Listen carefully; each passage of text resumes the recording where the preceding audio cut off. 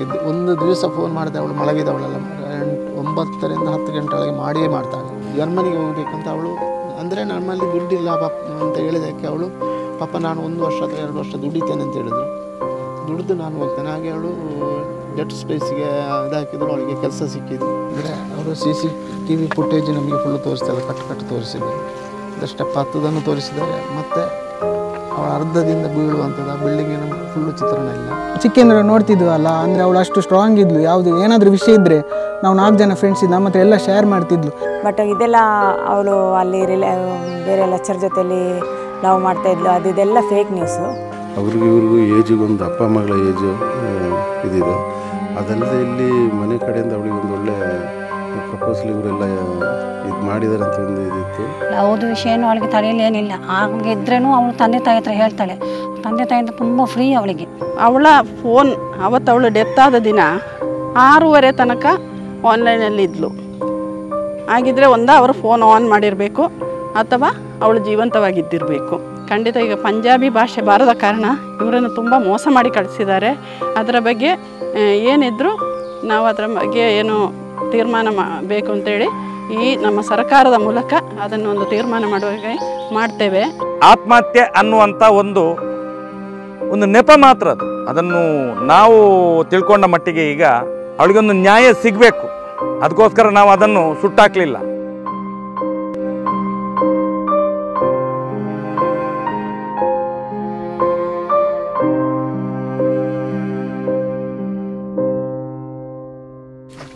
ನನ್ನ ಮಗಳು ಆತ್ಮಹತ್ಯೆ ಮಾಡಿಕೊಂಡದಲ್ಲ, ಅದು ಕಾಲೇಜಿನವರೇ ಏನೋ ದುಡಿ ಹಾಕಿ ಕೊಂದದ್ದು. ಅಂದರೆ ಅವರು CCTV ಫುಟೇಜ್ ನಮಗೆ ಫುಲ್ಲು ತೋರಿಸ್ತಾರೆ, ಕಟ್ಟು ತೋರಿಸಿದರು.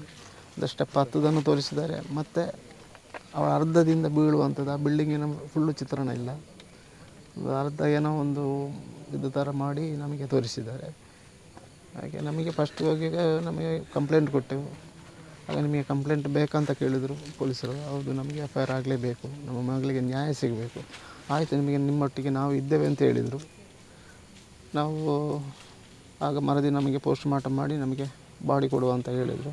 ಅವರು ಕರೆಸಿ ನಮ್ಮಲ್ಲಿ ತುಂಬ ಒಂದು ಗಂಟೆ ತನಕ ನಮ್ಮಲ್ಲಿ ಚರ್ಚೆ ಮಾಡಿ ನಿಮಗೆ FIR ಮಾಡಿಸುವ, ನಿಮಗೆ ಹೇಗೆ ಬೇಕೋ ಹಾಗೆ ಮಾಡಿಕೊಡ್ತೇನೆ ಅಂತ ಹೇಳಿದರು. ಹಾಗೆ ನಾವು ಬಂದು ಸ್ಟೇಷನ್ಗೆ ವಾಪಸ್ ಬಂದೆವು. ರಿಟರ್ನ್ ಕಳಿಸಿದರು ನಮಗೆ, ಅವರ ಜೀಪಲ್ಲೇ ಕಳಿಸಿದರು. ಕಳಿಸಿ ಬಂದು ನಾವಿಲ್ಲಿ FIR ಎಲ್ಲ ಮಾಡಿ ನಮಗೆ ಒಂದು ಸಂಶಯ ಇದ್ದ ವ್ಯಕ್ತಿಯ ಮೇಲೆ ಹೆಸರಲ್ಲಿ ಹೇಳಿ ನಾವು ಕೊಟ್ಟೆವು ಕಂಪ್ಲೇಂಟು. ಕೊಟ್ಟ ಮೇಲೆ ಇವರು ಆನ್ಲೈನಲ್ಲಿ ಏನು FIR ರೆಡಿ ಮಾಡಿ FIR ಮಾಡಿದರು. ಅಷ್ಟಾಗ ಕಾಲೇಜಿನ ಪ್ರಿನ್ಸಿಪಾಲ್ ಬಂದು ಡೋರು ಬಾಗಿಲು ಹಾಕಿ ಇವರೇ ಚರ್ಚೆ ಮಾಡಿದರು.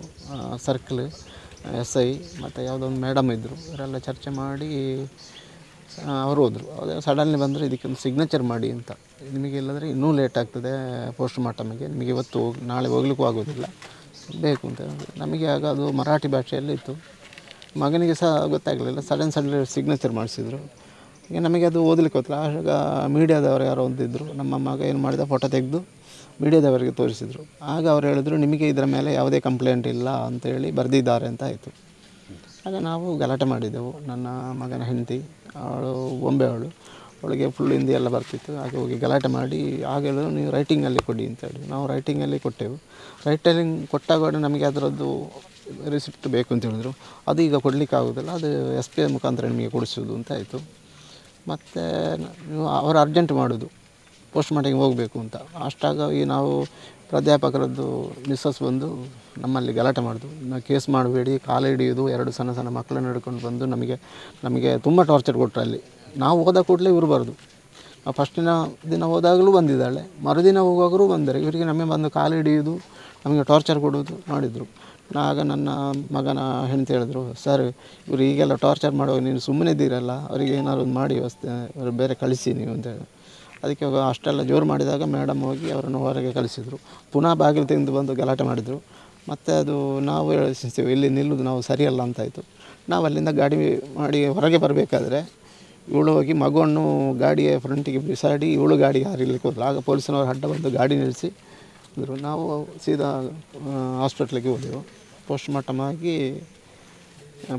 ಮಾಡಿದರು 4 ಗಂಟೆಗೆ. ನಮಗೆ ಒಂದು ದಿವಸ ಫೋನ್ ಮಾಡಿದೆ ಅವಳು ಮಲಗಿದವಳೆಲ್ಲ 9 ರಿಂದ 10 ಗಂಟೆ ಒಳಗೆ ಮಾಡಿಯೇ ಮಾಡ್ತಾಳೆ.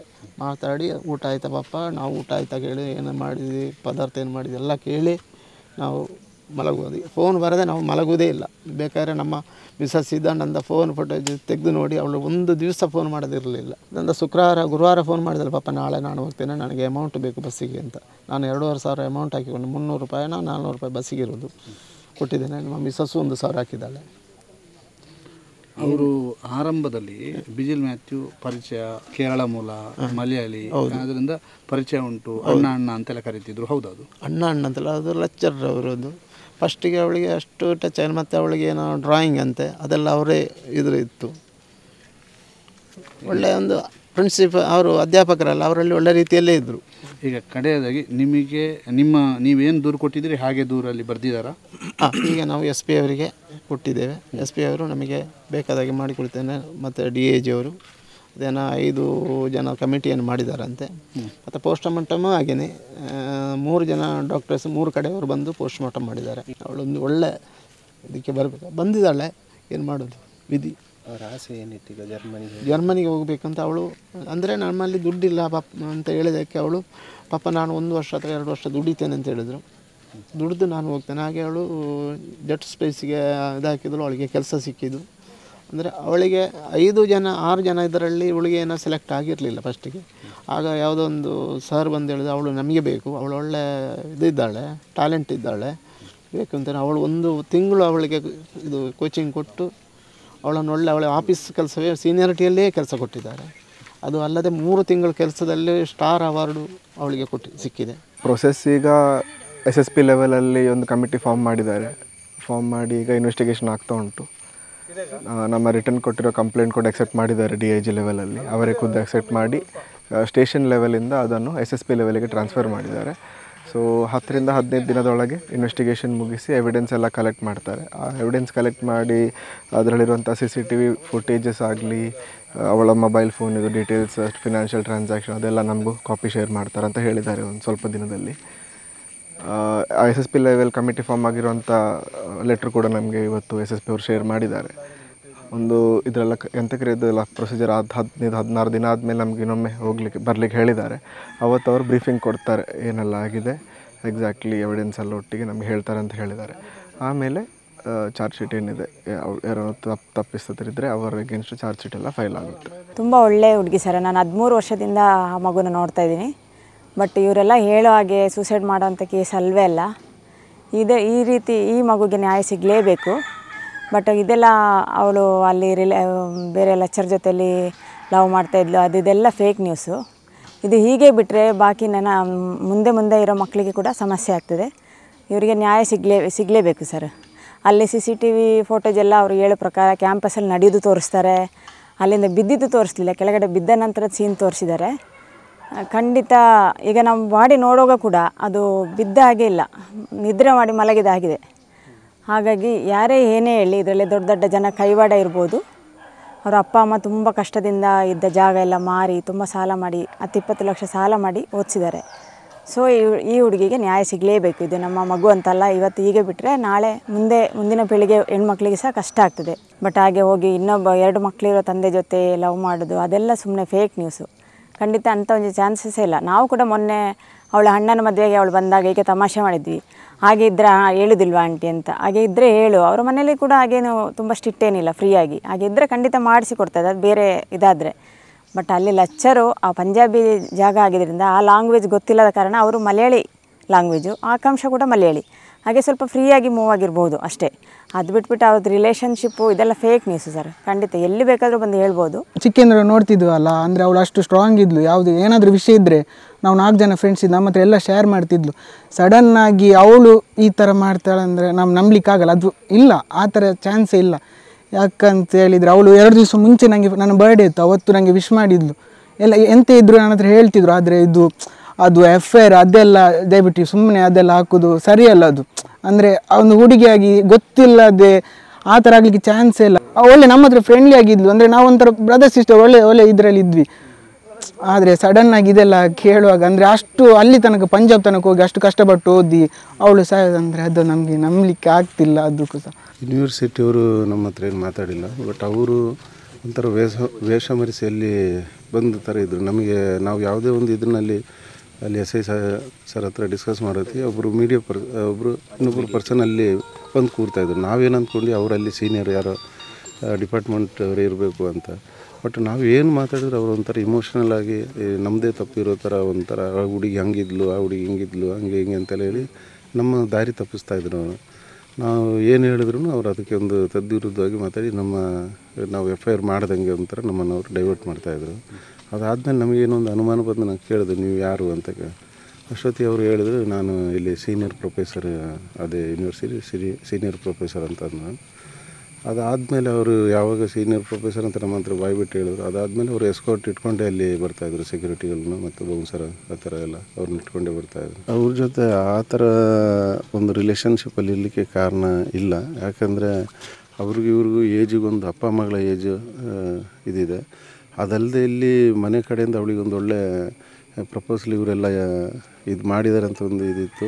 ಅದೊಂದು ಆರೋಗ್ಯಕರವಾದ ಒಂದು ಸಂಬಂಧ ಇತ್ತು ಅವ್ರ ಫ್ಯಾಮಿಲಿ ಜೊತೆಯಲ್ಲಿ. ಹಂಗಾಗಿ ಇನ್ನೊಂದು ಮೂರನೇ ವ್ಯಕ್ತಿ ಏನೋ ಬೇರೆ ಥರ ಬ್ರೈನ್ ವಾಶ್ ಮಾಡಿ ಆ ಥರ ಮಾಡಿರ್ಬೋದು. ನಾವು ನೋಡಿದ ವಿಷಯದಲ್ಲಿ ಅವಳು ತುಂಬ ಒಳ್ಳೆ ಹುಡುಗಿ, ಚೆನ್ನಾಗಿದ್ದಾಳೆ ಅವಳು.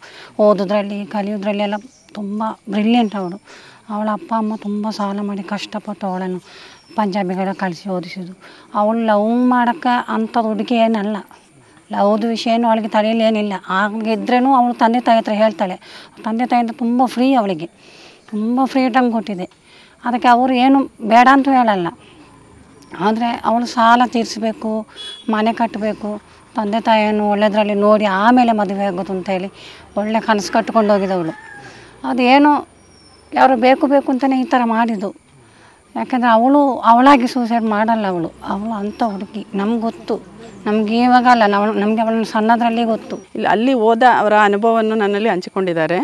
ಹಾಗೆ ಅವರ ಕೆಲವು ಸ್ಟೂಡೆಂಟ್ಸ್ ಅವಳೊಟ್ಟಿಗೆ ಕಲಿತ ಸ್ಟೂಡೆಂಟ್ಸ್ ಕೂಡ ಬಂದಿದ್ದಾರೆ. ಅವರಲ್ಲಿ ಎಲ್ಲ ಅಭಿಪ್ರಾಯ ಕೇಳುವಾಗ ಇದೊಂದು ಕೊಲೆ ಅಂತ ನನಗೆ ಅನಿಸ್ತಾ ಇದೆ. ಯಾಕಂದರೆ ಅವಳ ಫೋನ್ ಅವಳು ಡೆತ್ ಆದ ದಿನ 6:30 ತನಕ ಆನ್ಲೈನಲ್ಲಿ ಇದ್ಲು. ಹಾಗಿದ್ದರೆ ಅವರು ಫೋನ್ ಆನ್ ಮಾಡಿರಬೇಕು ಅಥವಾ ಅವಳು ಜೀವಂತವಾಗಿದ್ದಿರಬೇಕು. ಇನ್ನೊಂದು ಆ ಕಾಲೇಜಿಗೆ ರಜೆ, ಅಂದರೆ ಅಲ್ಲಿ ಯುದ್ಧ ನಡೀತಿರುವ ಕಾರಣ ಆ ಕಾಲೇಜಲ್ಲಿ ಯಾವುದೇ ಮಕ್ಕಳು ಇರಲಿಲ್ಲ. 1500 ಅಷ್ಟು ಎಕರೆಯಷ್ಟು ಜಾಗ ಇದೆ ಅಂತೆ, ಅಷ್ಟೇ ಬಿಲ್ಡಿಂಗ್ಗಳಿದೆ, ಕ್ಯಾಂಪಸ್ಗಳು ದೂರದಲ್ಲಿದೆ ಅಂತೆ. ಒಟ್ಟಿನಲ್ಲಿ ಅಲ್ಲಿ CC ಕ್ಯಾಮರಾ ಅಳವಡಿಸಿದ್ದಾರೆ ಪೂರ್ತಿ. ಇವರಿಗೆ CC ಕ್ಯಾಮ್ರಾದ ಫುಟೇಜ್ ಸರಿಯಾಗಿ ಆ ಒಂದು ಸೀನನ್ನು ತೋರಿಸ್ತಾ ಇಲ್ಲ. ಆಗಿರುವಾಗ ಅದು ಕೂಡ ಅನುಮಾನಾಸ್ಪದವಾದ ವಿಷಯ. ಅದೇ ರೀತಿ ಆ ಒಂದು ಏರಿಯಾದಲ್ಲಿ ಇಂಥ ಇನ್ಸಿಡೆಂಟ್ ನಡೆದಿದೆ ಅಂತ ಹೇಳುವಾಗ ಅಲ್ಲಿನವರೇ ಇವರಿಗೆ ಫಸ್ಟಿಗೆ ಇನ್ಫಾರ್ಮೇಷನ್ ಕೊಡ್ತಾರೆ. ಏನಂದರೆ ಇವಳಿಗೆ ಬೇರೆ ಲಿಂಕ್ ಇತ್ತು, ಆ ರೀತಿಯಲ್ಲ. ಆ ಲಿಂಕ್ 2 ಮಕ್ಕಳ ತಂದೆಯನ್ನು ಲವ್ ಮಾಡುವಷ್ಟು ಒಂದು ಚೀಪಾದ ಹುಡುಗಿಯಲ್ಲ ಅವಳು. ಖಂಡಿತ ಈಗ ಪಂಜಾಬಿ ಭಾಷೆ ಬಾರದ ಕಾರಣ ಇವರನ್ನು ತುಂಬ ಮೋಸ ಮಾಡಿ ಕಳಿಸಿದ್ದಾರೆ. ಅದರ ಬಗ್ಗೆ ಏನಿದ್ರು ನಾವು ಅದರ ಬಗ್ಗೆ ಏನು ತೀರ್ಮಾನ ಬೇಕು ಅಂತೇಳಿ ಈ ನಮ್ಮ ಸರ್ಕಾರದ ಮೂಲಕ ಅದನ್ನು ಒಂದು ತೀರ್ಮಾನ ಮಾಡುವಾಗೆ ಮಾಡ್ತೇವೆ. ಆಕಾಂಕ್ಷ ಅವರು ಆತ್ಮಹತ್ಯೆ ಮಾಡಿಕೊಳ್ಳತಕ್ಕಂಥ ಒಂದು ಹೆಣ್ಣು ಮಗಳಲ್ಲ ಎನ್ನುವಂಥದ್ದು ಅವರ ತಾಯಿ, ಅವರ ತಂದೆ ಮತ್ತು ಎಲ್ಲ ಸಂಬಂಧಿಕರ ಮತ್ತು ಅವರ ಸ್ನೇಹಿತರ ಅಭಿಪ್ರಾಯ ಆಗಿತ್ತು. ಪ್ರಾಯಶಃ ಆ ಸಂದರ್ಭದಲ್ಲಿ ನಾನಿರ್ಬೋದು ಮತ್ತು ನಮ್ಮ ಸಂಸದರು ಸಹ ಅಲ್ಲಿಯ ಸ್ಥಳೀಯ SP ಅವರು ಮತ್ತು DG ಅವರನ್ನೆಲ್ಲ ಸಂಪರ್ಕ ಮಾಡಿ ಅದಕ್ಕೆ ಸಂಬಂಧಪಟ್ಟಂತೆ ಸಮಗ್ರವಾಗಿರ್ತಕ್ಕಂಥ ತನಿಖೆ ಆಗಬೇಕೆನ್ನುವಂಥ ಆಗ್ರಹವನ್ನು ಸಹ ಮಾಡಿದ್ವಿ. ಈಗಾಗಲೇ FIR ಆಗಿದೆ. ಯಾರು ಈ ಆತ್ಮಹತ್ಯೆ ಅಥವಾ ಈ ರೀತಿಯ ಪ್ರಕರಣಕ್ಕೆ ಕಾರಣ ಆಗಿದ್ದಾರೆ ಅವರನ್ನು ಅರೆಸ್ಟ್ ಸಹ ಮಾಡಿದ್ದಾರೆ. ಇದಕ್ಕೆ ಸಂಬಂಧಪಟ್ಟಂತೆ ಸಮಗ್ರ ತನಿಖೆ ಆಗಬೇಕು, ಆಕಾಂಕ್ಷಳ ಸಾವಿಗೆ ನ್ಯಾಯ ಸಿಗಬೇಕೆನ್ನುವಂಥ ಆಗ್ರಹವನ್ನು ಸಹ ನಾನು ಈ ಸಂದರ್ಭದಲ್ಲಿ ಮಾಡ್ತೇನೆ. ಪಂಜಾಬಲ್ಲಿ ಕಲಿತು ಹೈಯರ್ ಸ್ಟಡಿಯರ್ ಮಾಡಬೇಕು ಅಂತ ಹೇಳಿ ಜಪಾನಿಗೋ ಜರ್ಮನಿಗೆ ಹೊರಟು ಕೂತಂಥ ಮಗು ಅದು. ಆತ್ಮಹತ್ಯೆ ಅನ್ನುವಂಥ ಒಂದು ನೆಪ ಮಾತ್ರ ಅದು. ಅದನ್ನು ನಾವು ತಿಳ್ಕೊಂಡ ಮಟ್ಟಿಗೆ ಈಗ ಅವಳಿಗೊಂದು ನ್ಯಾಯ ಸಿಗಬೇಕು, ಅದಕ್ಕೋಸ್ಕರ ನಾವು ಅದನ್ನು ಸುಟ್ಟಾಕಲಿಲ್ಲ. ನಮಗೆ ಮನೆಯವರು ಇವತ್ತು ಹೇಳುವಂಥ ಮಾತು, ಒಂದೊಂದು ಮಾತುಗಳು ನಮಗೆ ನೋವು ಅಂತ ಹೇಳಿದರೆ, ಸೌಜನ್ಯ ಇಲ್ಲಿ ಸತ್ತದ್ದು, ಧರ್ಮಸ್ಥಳದಲ್ಲಿ ರೇಪ್ ಆ್ಯಂಡ್ ಮರ್ಡರ್ ಆಗಿದ್ದು. ನನ್ನ ಮಗು ದೇಶದ ತುತ್ತ ತುದಿಯಲ್ಲಿ ಪಂಜಾಬಿನಲ್ಲಿ ಸತ್ತದ್ದು. 13 ವರ್ಷದಿಂದ ಈ ಮಗುವಿಗೆ ಹೋರಾಟ ಆಗ್ತಿದೆ, ಇಲ್ಲಿ ತನಕ ನ್ಯಾಯ ಸಿಗಿಲ್ಲ. ನನ್ನ ಮಗುವಿಗೆ ನ್ಯಾಯ ಸಿಗುತ್ತಾ ಅನ್ನುವಂಥ ನೋವು ಆ ತಾಯಿ ಹತ್ರ ಇವತ್ತು ಇದೆ ಅಂತ ಹೇಳಿದರೆ, ಈ ದೇಶವನ್ನು ಆಳಿದಂಥ ಎಲ್ಲ ಕಾರ್ಯಾಂಗದ ವ್ಯವಸ್ಥೆ ಸತ್ತು ಹೋಗಿದೆ.